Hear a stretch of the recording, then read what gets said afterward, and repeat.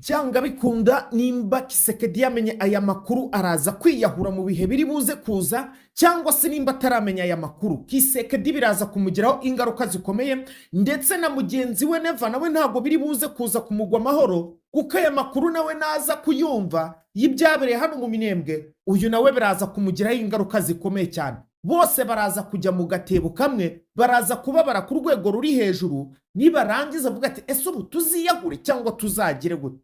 Bavuge bati niki tutakoze? Niyo mpamvu itumye nkubwira ibi ngibi. Tuvugana ubu ngubu tugarutse ku rugamba rwo mu Minembwe, nkubwire ngo ese burya gutsindwa kose kwa ziriya ngabo byatewe n'iki? Anga hari amakuru nguyeho avuga yuko uru rugamba rwo mu Minembwe kugira ngo Kisekedi rutsindwe ndetse na Neva, habayeho kugambana gukomeye cyane k'umugabo bita Kongoro, akaba ari we wagambanye ku rwego rukomeye cyane.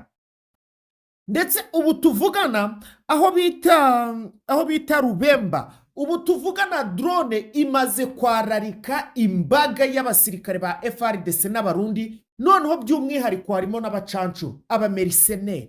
Ubu tuvugana kakanya aho bita Rubemba, drone ya M23 ibakozemo umusirikare ku rwego rukomeye cyane. Ntabwo birengiye aho ngaho gusa rero, nyuma yuko drone imaze kubaritura n'iki kindi gikurikiyeho, iki nacyo ndaje nkikubwire. Ubwo drone yari imaze kuhagera imaze kubaritura, hari ikindi M23 ihisi ikora gikomeye cyane ku buryo ki noneho n'aya makuru nayo yose nibyikubitanira hamwe bikagenda bikagira ku bakuru b'abacancuro, bikagira kuri Kisekedi, abayobozi bakuru ba FARDC ndetse na mugenzi we Neva. Bose baraza kuvuga ati mana nyagasani, mana ishobora byose, iyi ntago ari M23 gusa yakora ibi ngibi, ahubwo hari izindi mbaraga. Si ibyo gusa, ndaza kukubwira yuko muri Goma byifashe bite. Goma ubu tuvugana na none, aya n'ayandi makuru ari buze gukubita noneho ahababaza Kisekedi mu mutwe, ameze nka cya kinyundo kinini baterura bakakicisha gasazi gatoya. Ayo n'ayandi makuru nayo Kisekedi nayumva baraza kugira gute? Araza kwiyahura.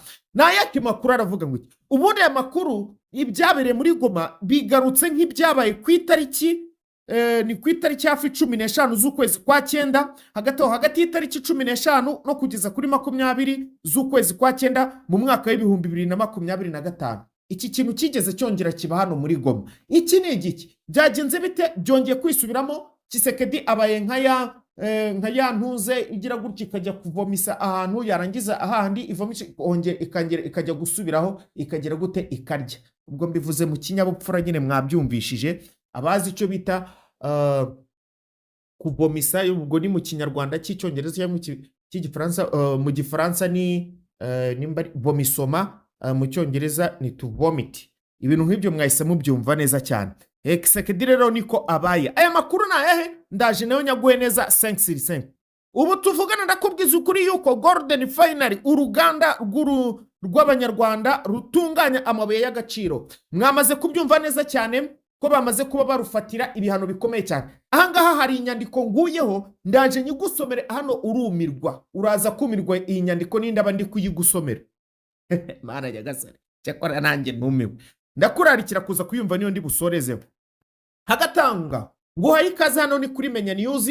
Nahangaha rwose mba nibereye no kuri City Light, nta handi rwose no mba nibereye amakuru yanjye no honyine gusa ngiye kuzajya nyatanga. Ubu Imana yabigenjeje neza, iravuga ati mwana wanjye Fisi, uko bishoboka byose kora muri ubu buryo, nawe uzagira icyo ugiraho ujyohereza abanyarwanda ucishije kuri izi channel zawe Menya News TV ndetse na City Light, uhereza abanyarwanda makuru ndetse n'abandi bose bayakeneye. Hagati aho rero ndabashimiye kwa ko mu like, ndetse kandi ndabashimiye yuko mukoze subscribe ku bantu bakigira hano bambonye. Hari umwe mwarakoze subscribe hariya byarapfuye biragenda, ariko ubu ngubu hano noneho it's my home.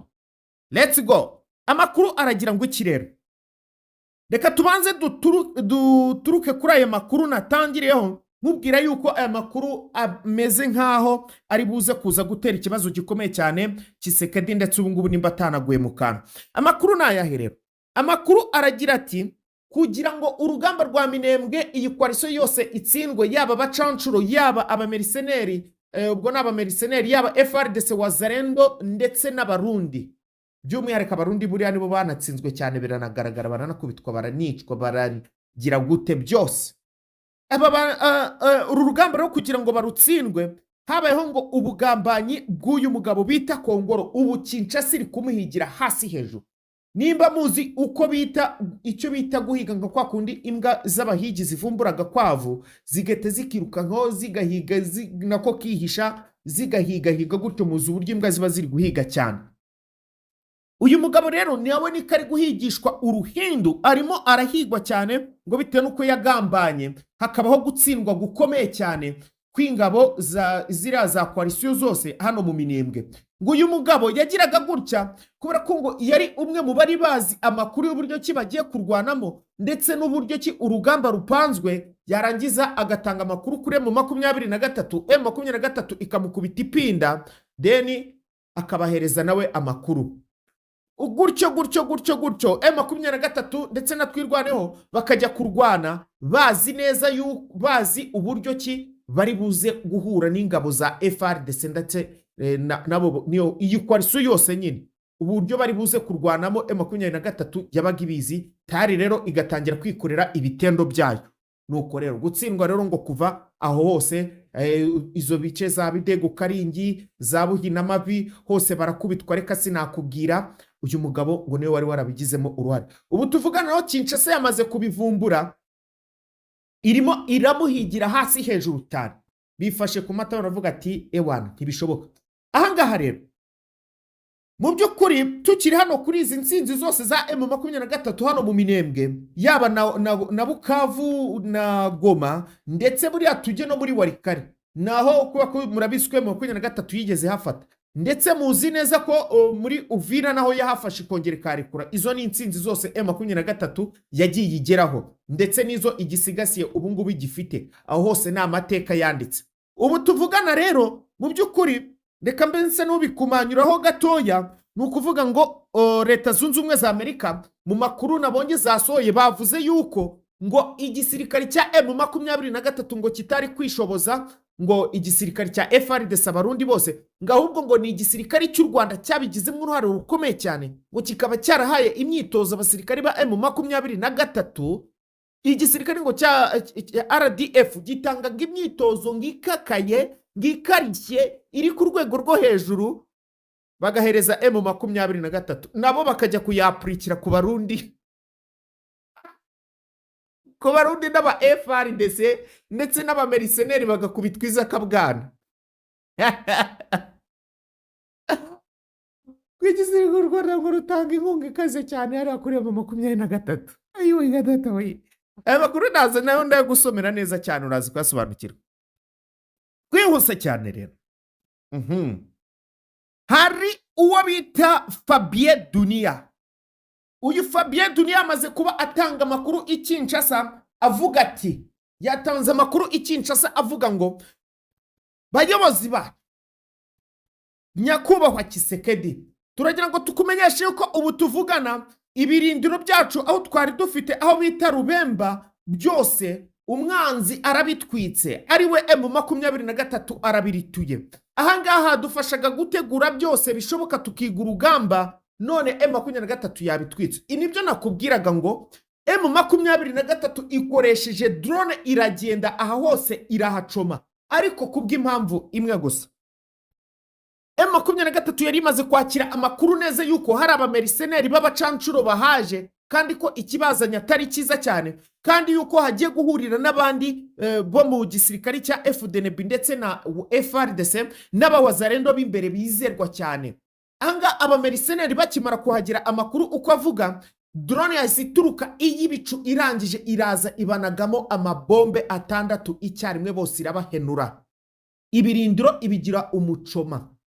Noneho rero nakubwiye ngo icyakurikiyeho ni iki, nkuko nabikubwiye mu ncamo kinakubwiye ngo hari ikindi kintu cyaje gukurikiraho. Ikindi kintu cyaje gukurikiraho rero ni iki: nyuma yuko iyo drone imaze kuhava imaze gutwika, ubu tuvugana M23 irimo iratunda intwaro zari zirunze aho ngaho.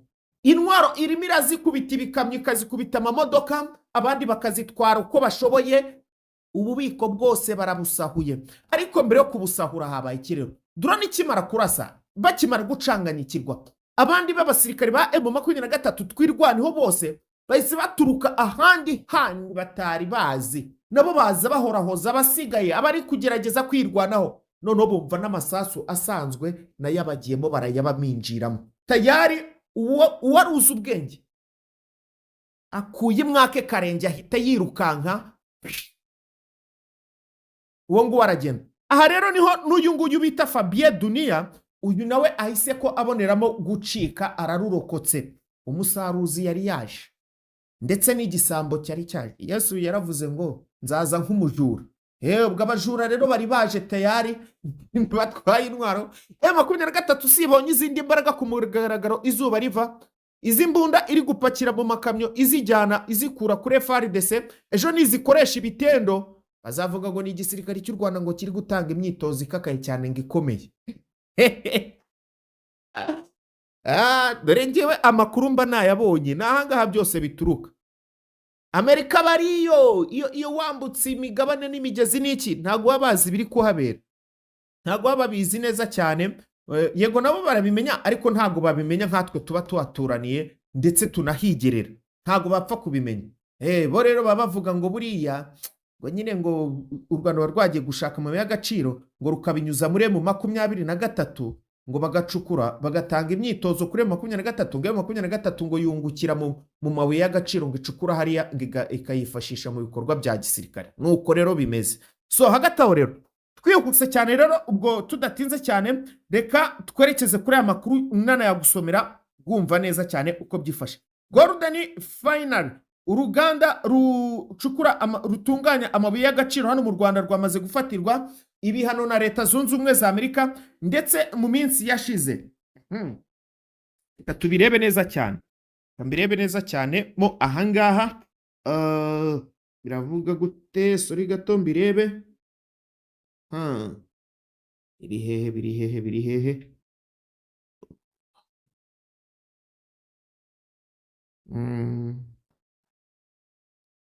Dore ngaha rero, reka dutangire dusome wumve neza ukuntu bimeze. Leta Zunze Ubumwe za Amerika kuri uyu wa mbere zatangaje ko zafatiye ibihano igisirikare cy'u Rwanda RDF ndetse n'abanyarwanda 4. Amerika ivuga ko department ishinzwe umutungo wo hanze, US Department of the Treasury's Officer of Foreign Asset Control, OFAC, yahanye igisirikare cy'u Rwanda ndetse n'aba ofisiye bakuru 4 muri RDF. Leta Zunze Ubumwe za Amerika zishinja, wumve neza cyane 5/5, zishinja ingabo z'u Rwanda guha imyitozo umutwe wa M23 uvuga ko uri mu yafatiwe ibihano na Amerika bitewe no guhonyora uburenganzira bwa muntu no gutuma abantu bahunga ingo zabo mu burasirazuba bwa Repubulika Iharanira Demokarasi ya Congo. Wumvishe bya bindi nakubwiraga ibyo rero. Igisirikare cy'u Rwanda RDF kirashinjwa gufasha AFC M23 gufata ibice by'ubutaka mu burasirazuba bwa Repubulika Iharanira Demokarasi ya Congo, harimo imijyi ya Goma, Bukavu ndetse n'ahantu hangombwa hari amabuye y'agaciro. None se ubundi bagiye kuhafata babuzwa n'iki kujya kureba ahantu nabo bahafitiye akamaro nimba ari nako ko bimeze? Naho bagomba kujya kwirefera nyine ahantu hari bubuze kubagira inyungu nk'ahantu hari amabuye y'agaciro aho ngaho. M23 nyine igiye kuhafata nayireba ahantu nayizakura, none se ijya ahantu hatazagira icyo ayimarira? Reka ntabwo bishoboka. Ngaho nguko rero. Nanone rero uyu muyobozi aragira ati, umuyobozi w'ibiro bishinzwe ubukungu Scott Bessent yavuze ko Perezida Donald Trump ari perezida w'amahoro. Nibyo ni perezida w'amahoro. Umuhora wa Hormuzi no muri Iraki ari kubikora neza cyane, hariya naho ari gushaka y'amahoro, buriya niko bimeze. Bityo ibiro bishinzwe ubukungu bizakoresha uburyo bwose buhari kugira ngo abasinye amasezerano ya Washington bubahirize inshingano bemeye. Itangazo ryasohowe na Amerika rigira riti, dutegereje gutaha vuba kw'ingabo z'u Rwanda, intwaro n'ibindi bikoresho biva hehe? hariya ku butaka bwa Repubulika Iharanira Demokarasi ya Kongo. Ngaho nguko rero bakaba bafatiye urwo ruganda ibihano ngo guca amabuye y'agaciro yabo rutunganya ku isoko ngo bitewe n'uko ngo baba bayabonye mu buryo butemewe, ibintu nk'ibyo byose no gufatira imitungo y'abayobozi ba RDF iri hanze no hirya no hino, ndetse no kubabuza gukorana n'inganda za Amerika cyangwa se n'amasosiyete, ndetse no gukorana n'abaturage ba Leta Zunze Ubumwe za Amerika. Ibyo byose ni ibihano bagiye babashyiraho. Ubundi igihano ngiye mbona gikomeye ni uko babavana mu Rwanda bakabima uburenganzira bwo kuba umunyarwanda, bakababuza kurya ibiryo by'ibinyarwanda, bakababuza ubwisanzure bwabo hano mu Rwanda. Ngiye mbona ibyo bihano byabikomeye. Naho se ubundi ibyo muri Amerika bafite hano mu Rwanda batabona ni ibihe? Yego nyine hari icyo bihinduraho, ariko nanone umwuka duhumeka n'umwe, ntago bawufunga. So ngaho nguko rero, reka mbashimire, mbifurize kumererwa neza, mbabwira ngo naho mu zindi update ndi buze kuza mbazanira hano kuri ubutaka bwa Repubulika Iharanira Demokarasi ya Kongo. Amakuru ntajya arangira, never stop, tuze gusubira.